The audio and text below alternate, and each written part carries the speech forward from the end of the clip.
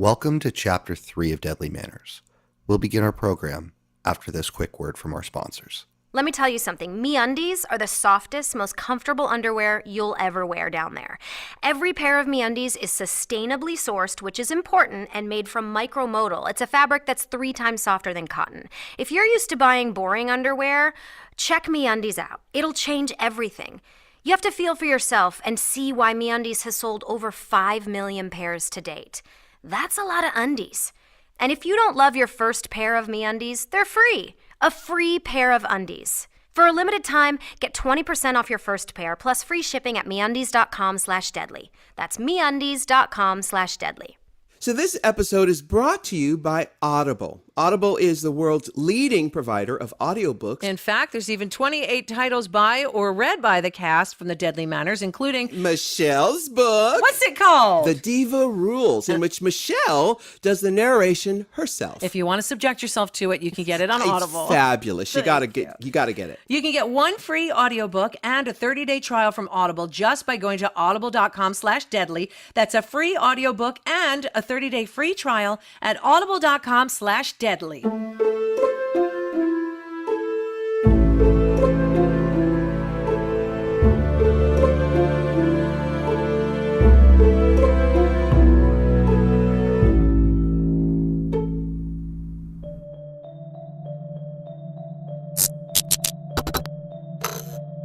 When the lights returned, the guests all looked toward the source of the sound. Their eyes landed on Veronica, who in her fury had crushed the champagne glass she held in her hand, the crimson from her palm now gushing to the ground. A wave of relief washed over the crowd as it became apparent that nobody had died, and Veronica should have been pleased at the progress, but unfortunately, she had a new concern. My grandmother's Persian rug! Now I've gone and ruined it! Oh my, what have I done? Allow me. A little white vinegar and baking soda will take that right out. Make sure you don't rub the fibers too hard. They're very delicate. I know. I'll be careful. Veronica was about to utter a long-deserved thank you when her eyes fluttered and her limbs turned to rubber. Gravity threatened to bring poor Veronica's body to the ground, but luckily, the butler was there to intercept her fall. I've got you. Oh, George, I feel so faint. Madam, it appears all this imbibing without substance has taken its toll on you. We should talk to the chef. We must... The food. Come, let's get you to the kitchen. Was it something I said? When Veronica and the butler arrived at the kitchen, they found it empty. Where is the chef? The butler fetched a glass of water and a first aid kit, gently washing Veronica's hand wound, then wrapping it. Suddenly, her attention moved beyond the butler. Heavens, the stove is still lit! Oh, dear! The butler rushed to the flame, quickly turning it off with a click. Wherever she went, it must have been in a hurry. Perhaps she, and forgive my crudeness, had a bathroom emergency. But it's been like this all night. Like we're serving rations from the Second World War. I do recall the chef expressing concern over lack of kitchen staff. Oh, she's handled parties on her own before. It should all be routine by now. Besides, William didn't want to hire any additional help. May I inquire as to why? Surely money is not an issue. He didn't want anyone to risk their lives in this weather just to serve us.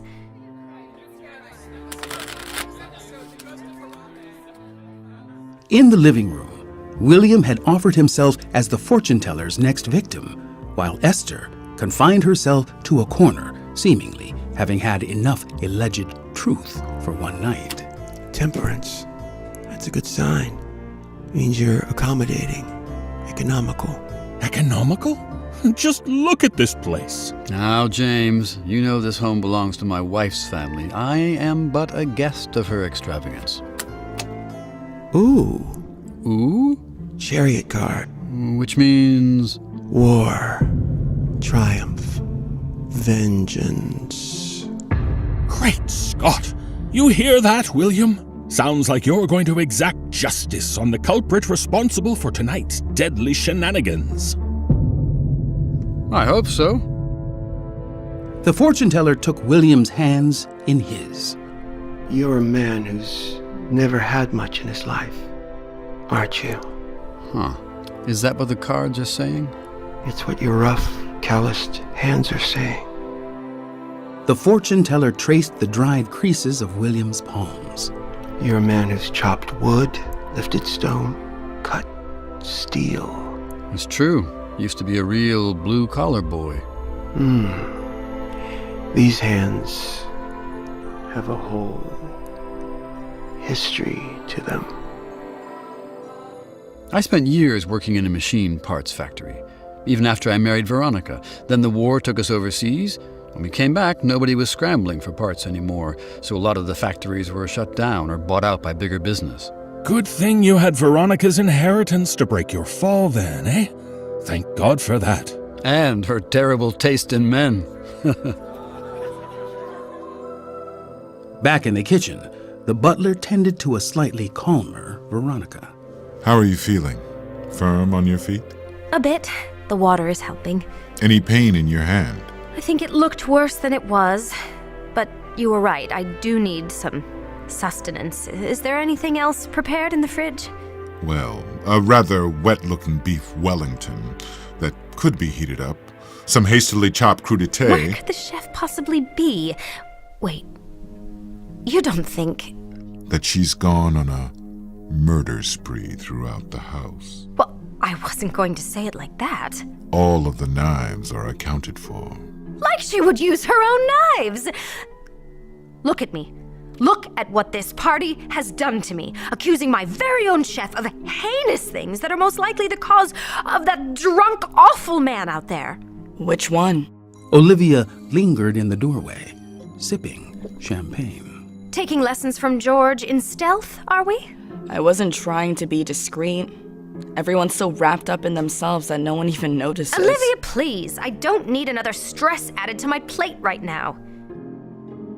As Veronica gathered herself, she noticed that across the room, the steel door leading to the cold storage room was ajar. The refrigerator door is open. The stove was left on. Goodness, it's like the chef was raised in a barn. George, be a dear and shut that, won't you? It's making the room terribly drafty. As the butler made his way over, his eyes caught a view of something troubling on the ground. There, on the kitchen floor, was a small puddle of blood that had begun to pool out from behind the cold storage door. He slowly pulled it open and peered inside.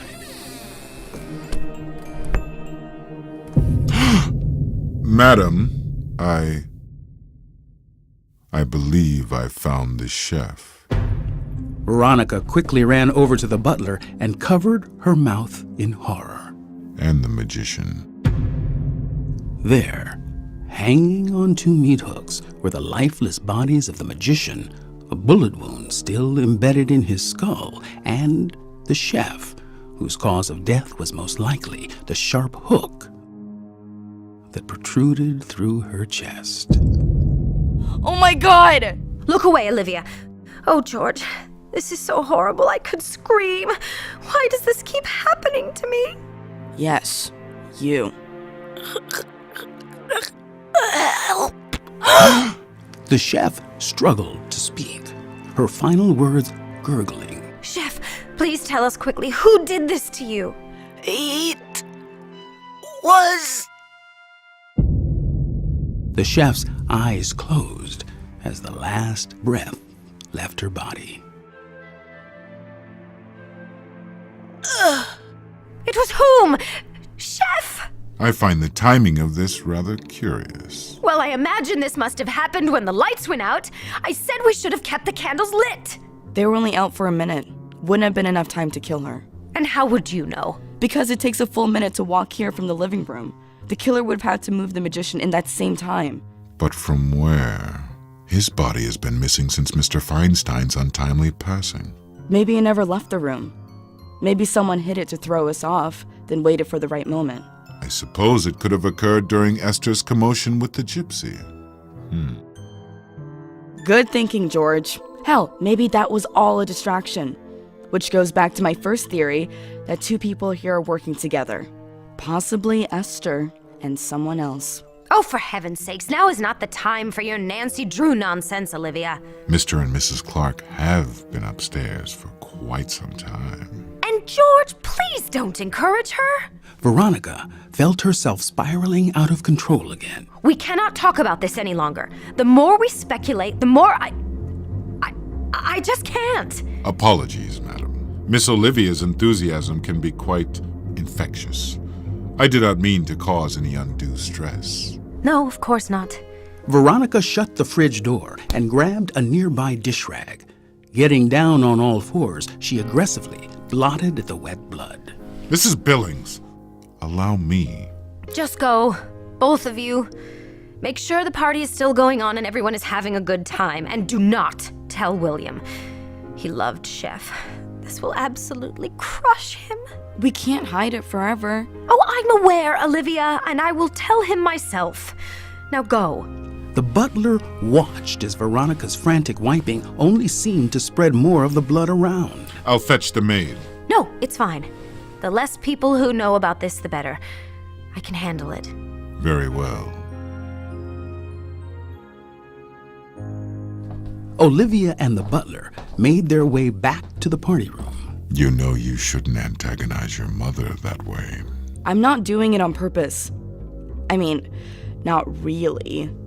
It's just, well, nothing like tonight has ever happened so close before. I've only ever read stories like this in my books. Then perhaps for your mother's sake, you should save your theories for them. Aren't you curious to know who it could be? Curiosity killed the cat. Or maybe a murderer got to it first. The butler smirked at Olivia. He, unlike her mother, had always found her droll nature to be quite amusing. All I'm suggesting is that you point that sharp tongue of yours elsewhere for the time being. Fine. I'll try.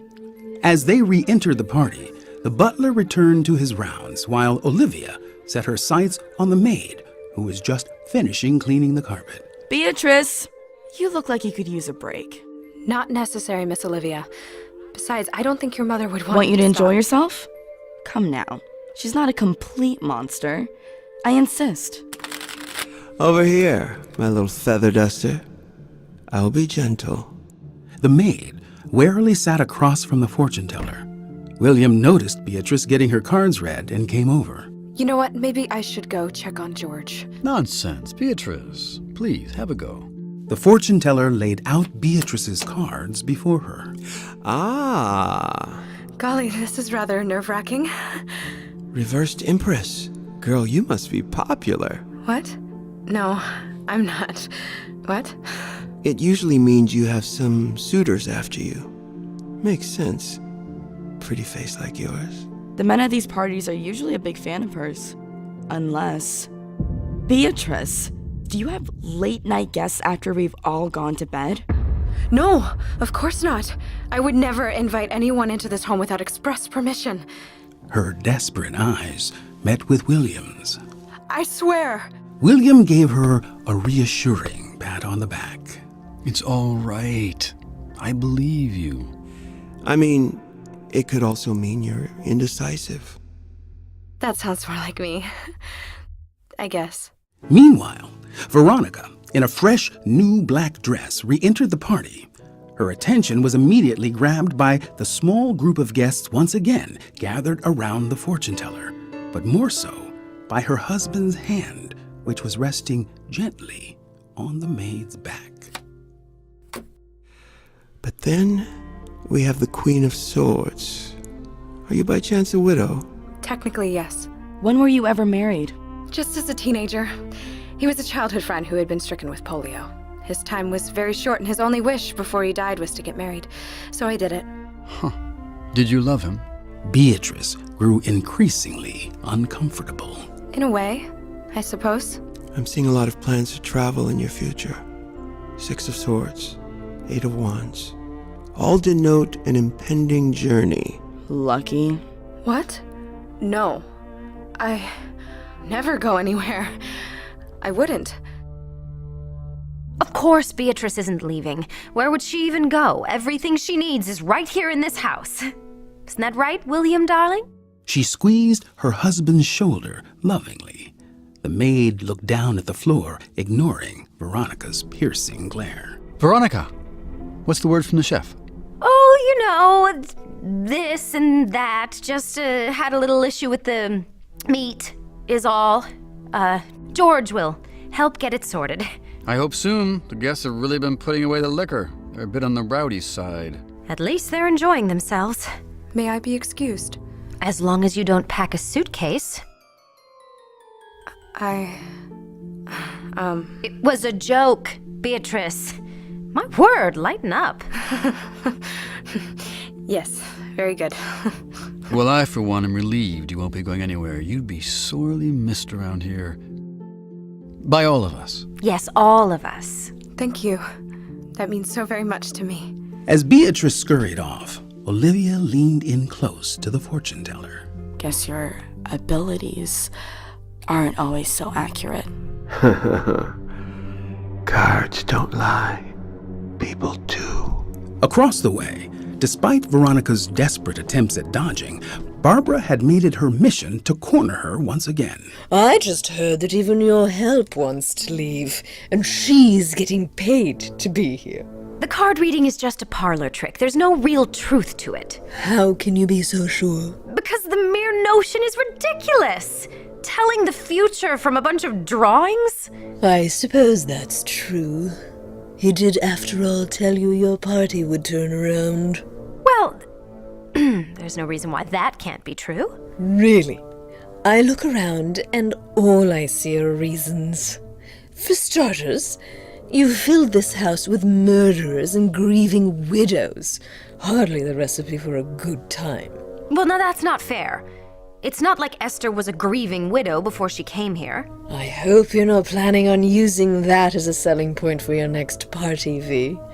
Why is she even here to begin with? She's developed quite a reputation as party poison. Why? Because of the incident at Muffy's? Not just that, but also at my autumn harvest celebration, which you would have known about had you attended. Yes, I'm still very sorry for falling so terribly ill that day, but I heard my husband was an excellent representative of us both.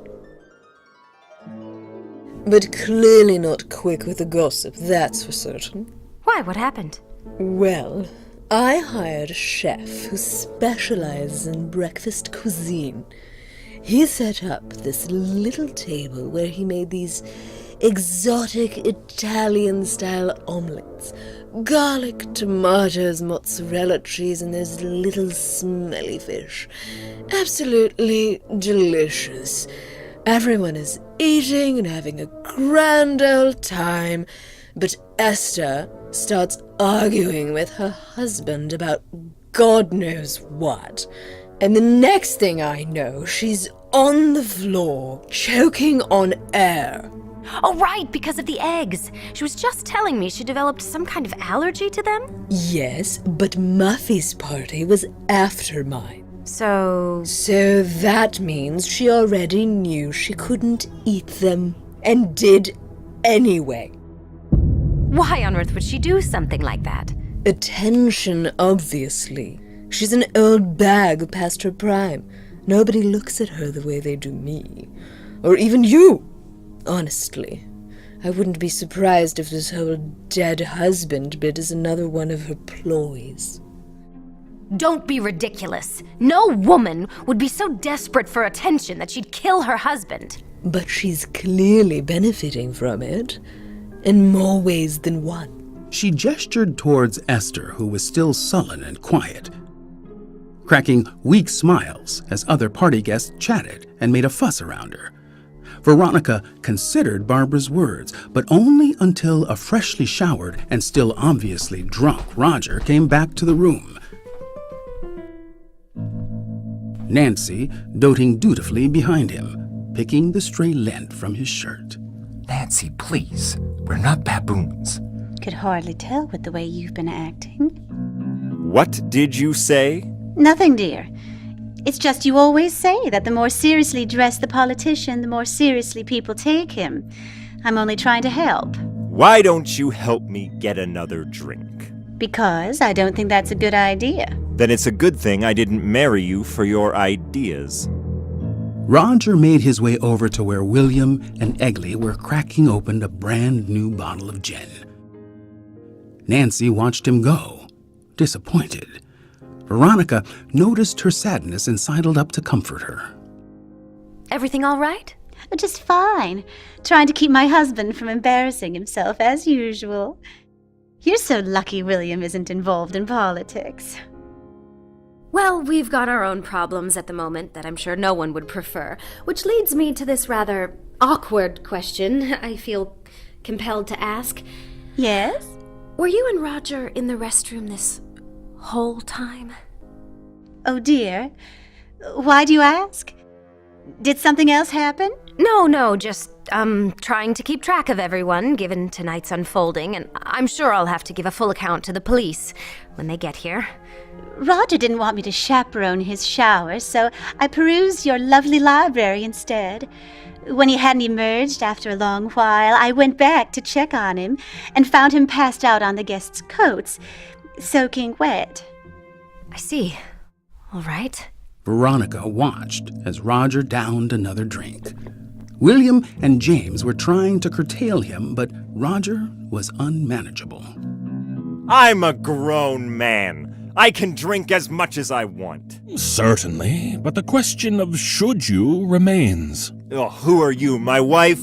Have you been talking to my wife? We're just looking out for your safety and well-being. Should have thought of that before you trapped us in this death hole. Veronica and Nancy witnessed the commotion brewing and rushed to their husbands' sides. Now just calm down, Roger. No need to cause a frenzy. Hey, Egley, when was your last movie? When was the last time anyone gave a shit about you? Roger! No! I want to know why a Ruski sympathizer has the right to tell me, a red-blooded American, not to cause a frenzy. Those accusations were and are completely unfounded. That's exactly what somebody trying to hide their enemy connections would say. Now listen here. No, you listen! Both of you, listen. Ignoring William's pleas, Roger grabbed Egley by his shirt collar, swiftly shoving him backwards, sending him tumbling over a table, and taking a lamp with him. The guests all turned to see James Egley writhing on the ground like a turtle on its back. William rushed over to help his friend to his feet. You steady? Egley brushed off his clothes, smoothing the creases in his shirt. He noticed a swath of onlookers. Fear not, fellows, for I was just demonstrating the art of stage combat I perfected during my training as an actor. Impressive, is it not? I'm so sorry. Don't you dare apologize for me. I'm not sorry, and you shouldn't be either. Roger pushed past his wife and disappeared into the crowd. I'm so sorry, William. Truly. Quite honestly, I think he's a bit scared. Of course, he'd never admit that. It's all right, Nancy. Tonight has brought out some of the worst in all of us. Are you hurt, James? A bruise and a scrape, I'm sure, but nothing fatal. That liquor has a habit of turning my husband into the devil. I think he would do much better if we could put something in his stomach already. We might just need a tad more time. No, Veronica. Enough waiting. I'm putting my foot down. If you'll all excuse me. As William marched hurriedly toward his destination, Veronica tailed at his heels. Darling? I don't know what Chef is doing in there, and I'm not sure why you've tolerated this sort of laziness at one of your parties. William, wait! God knows I'm flexible, but if we don't bring our guests more food, they're going to end up burning this whole place down, and that is something I cannot allow. You don't understand! Is this some sort of civil protest because I didn't hire more kitchen staff? Not exactly. Because if Chef didn't have her own living quarters here, I would have catered the whole damn thing myself. William, stop! William came to a halt, glaring at his pleading wife. What? What is it? Veronica fidgeted, refusing to meet her husband's eyes. There's something I have to show you.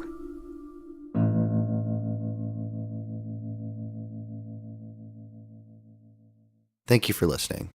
We're going to share a preview of Chapter 4 after this quick word from our sponsors. Let me tell you something. MeUndies are the softest, most comfortable underwear you'll ever wear down there. For a limited time, get 20% off your first pair plus free shipping at MeUndies.com/deadly. That's MeUndies.com/deadly. This episode is brought to you by Audible. You can get a free audiobook and a 30-day trial from Audible just by going to audible.com/deadly. That's audible.com/deadly. Darkened clouds loom yonder. Tough times are nigh for me. Slow down, baby. Let's let the future unfold a little more first. Jesus H. Christ! Haven't you heard? It's dangerous to be alone in this house. The future doesn't follow a schedule. Some people don't find what they're looking for until much later in life. I'll get it out of her. Chapter 4 is currently available on Sundance Now and Shudder, ad-free and in lossless sound quality. It will be available on all other podcast apps on October 17th.